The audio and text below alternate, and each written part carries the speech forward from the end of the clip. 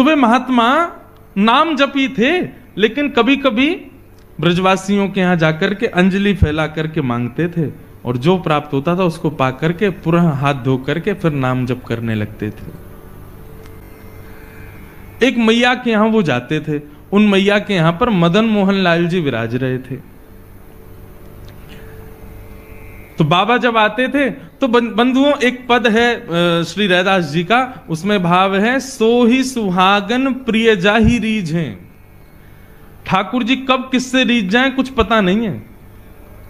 जैसे ही वो बाबा नित्य अंजलि फैला करके प्रसादी मांगने के लिए आते तो भीतर बैठे मैया के घर में मदन मोहन लाल जी उन पर रीझ गए, और ठाकुर जी के मन में भाव आया, इनको नाम निष्ठा तो बहुत है, लेकिन इनको मेरी सेवा और दर्शन में ज्यादा निष्ठा नहीं है।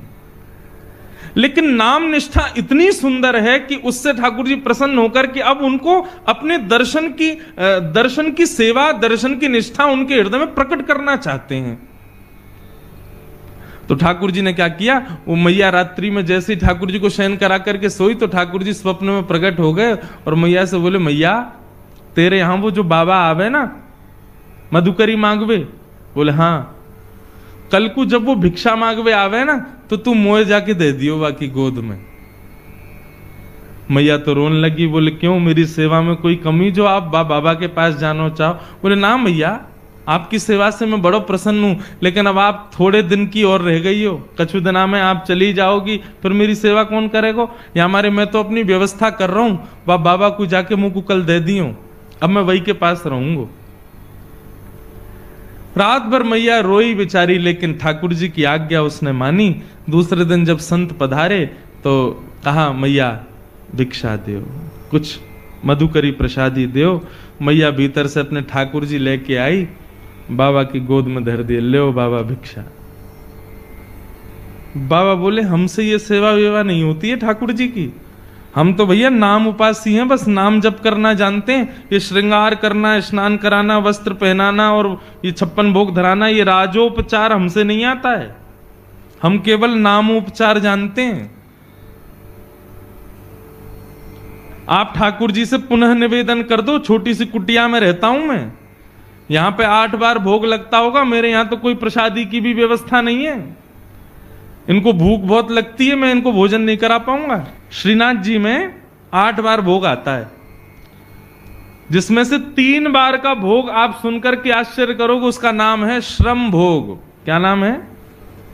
श्रम भोग का तात्पर्य क्या है? ठाकुर जी को उठते ही पहले लड्डू और दूध का भोग लगता है श्रीनाथ जी को, या माखन मिश्री का भोग लगेगा। लड्डू तो विशेष है, लड्डू दूध माखन मिश्री ये सब तो आएगा ही उठते ही। यहां तक कि ऐसा वर्णन है कि श्री नंदलाल पौड़े भय रहे में उठे ही ना है, यशोदा मैया कभी पाम दबावे कभी हाथ दबावे, ठाकुर जी उठे ही ना, चदरिया ओढ़ ले, मुंह मत उठाओ। तब मैया क्या करे, पात्र में दूध लेके आवे और लाला के सिरहाने पे हाथ रख के लाला सोते भय लाला को उठा के ही मोहते दूध छुपा दे, तब दूध पीते पीते पीते पीते तब ठाकुर जी के नेत्र खुले, तब मैया उनकी आरती करे। ये है मंगला। तो बाबा बोलो, मैया ठाकुर जी से निवेदन कर दियो, मेरे यहां कोई व्यवस्था ना है, तुम तो बहुत बढ़िया सेवा कर रही हो, 8 बार भोग लगाओ, मैं तो खुद एक बार पाऊं, कहां से खवाऊंगा, तुम्हारे लाला है। मैया वापस ले गई, ठाकुर जी है, बोले आज रात्रि में निवेदन कर दूंगी। रात में सपने में फिर ठाकुर जी आए, बोले मैया तुमने मुंह को क्यों नहीं दिया?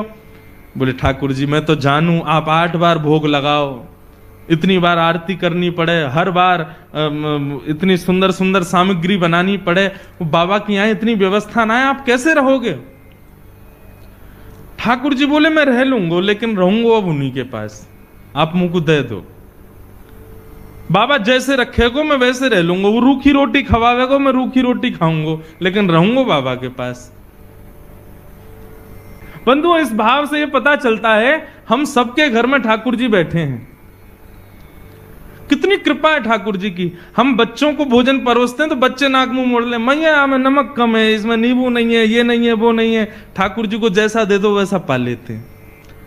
तो मैया ने बाबा से कही, बाबा वो ठाकुर जी बाबा के यहां कोई व्यवस्था नहीं है।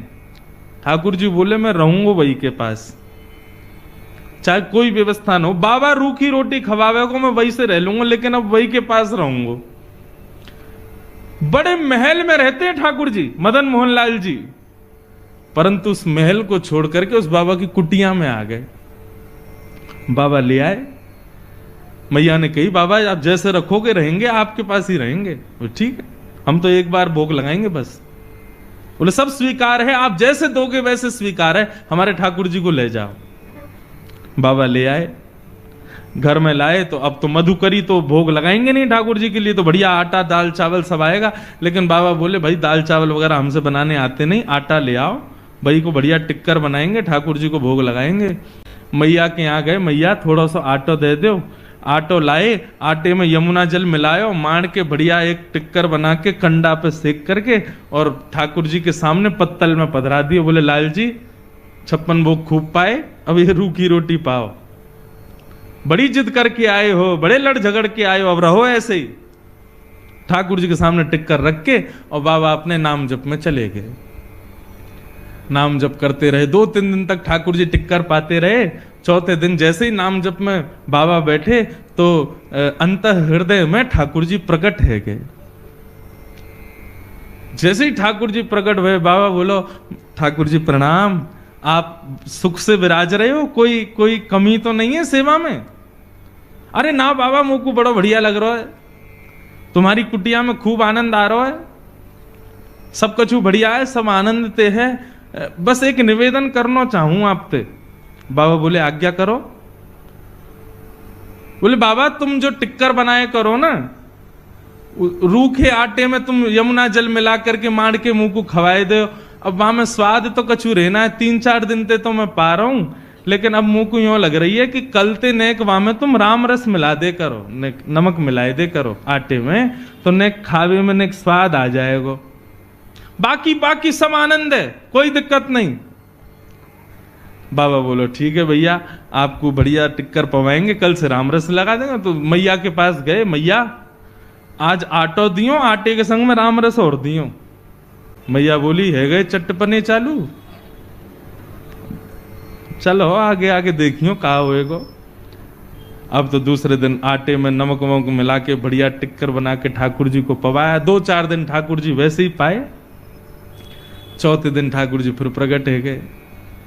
बाबा बोले ठाकुर जी सब आनंद, कोई कमी तो नहीं सेवा में? ना बाबा सब आनंद है रो, खूब चकाचक पा रहे हैं हम तो। बस बाबा ने एक बात कह रो। बोले कहा, तुमको मेरी आवाज ने कर्कश लग रही है? बाबा बोले हाँ ने लग तो रही है कमजोर सी। बोले बाबा वो रूखी रोटी खा खा के मेरो गलो जो है का वहां में रोटी इर्ज गई है। अरे सरकार आपको कष्ट है गयो, इर्ज गई समझ गए? इर्ज गई मतलब फंस गई है। तो बाबा बोले आज्ञा करो। बोले मैं तो बस यूं कह रहा हूं कि कल ते ने घी चुपड़ दोगे वहां में रोटी में, तो नेक वो नेक आसानी तो भीतर चली जाए करेगी। बाबा बोले मतलब अब कल से आटा नमक और घी भी लाना है। अरे बाबा ने बस घी लिए ही हो, या हम घी के बिना मक्खन के बिना तुम कभी ना रहे, आप सब पता है। बाबा बोले ठीक है। दूसरे दिन गए, मैया आज आटो दियो नमक दियो, नेक्स्ट सो घी और दे दियो। मैया बोली ले जाओ प्रेम से पवाओ। अब महाराज आटे में नमक वमक मिला के बढ़िया टिक्कर बना के घी चुपड़ दिया, ठाकुर जी को भोग लगाया। 4-5 दिन ठाकुर जी ने कोई शिकायत नहीं करी। 6 दिन बाद ठाकुर जी फिर प्रकट हुए। बाबा बोले ठाकुर जी अब तो ना इर्ज रही गरे में? ना बाबा अब तो सब बढ़िया है, रोटी में बढ़िया नमक को भी स्वाद आ जाए, घी भी बढ़िया है, नीचे चली जाए। मैं तो बाबा बस यूं कह रहा हूं, कल तो एक आलू और लिया करो, वह आलू भूंज के वहां में नमक मिर्च डाल के बाकी चटनी बना करके बाबा और धर दे करो संग में। बाबा ने उठाए ठाकुर जी और लेके गए मैया के पास। बोले धरो या अपने पास ही। अरे अभी आटो आयो, नमक आयो, घी आयो, ये तो 56 भोग ले आएंगे कल को घर में, कहां भजन करूंगा मैं। जैसे ही मैया की गोद में दिए ठाकुर जी प्रकट है गए और बाबा के गले से लग गए। बोले मैं रहूंगा तुम्हारे पास ही, चाहे जैसे रखो, मैं रहूंगा तुम्हारे संग।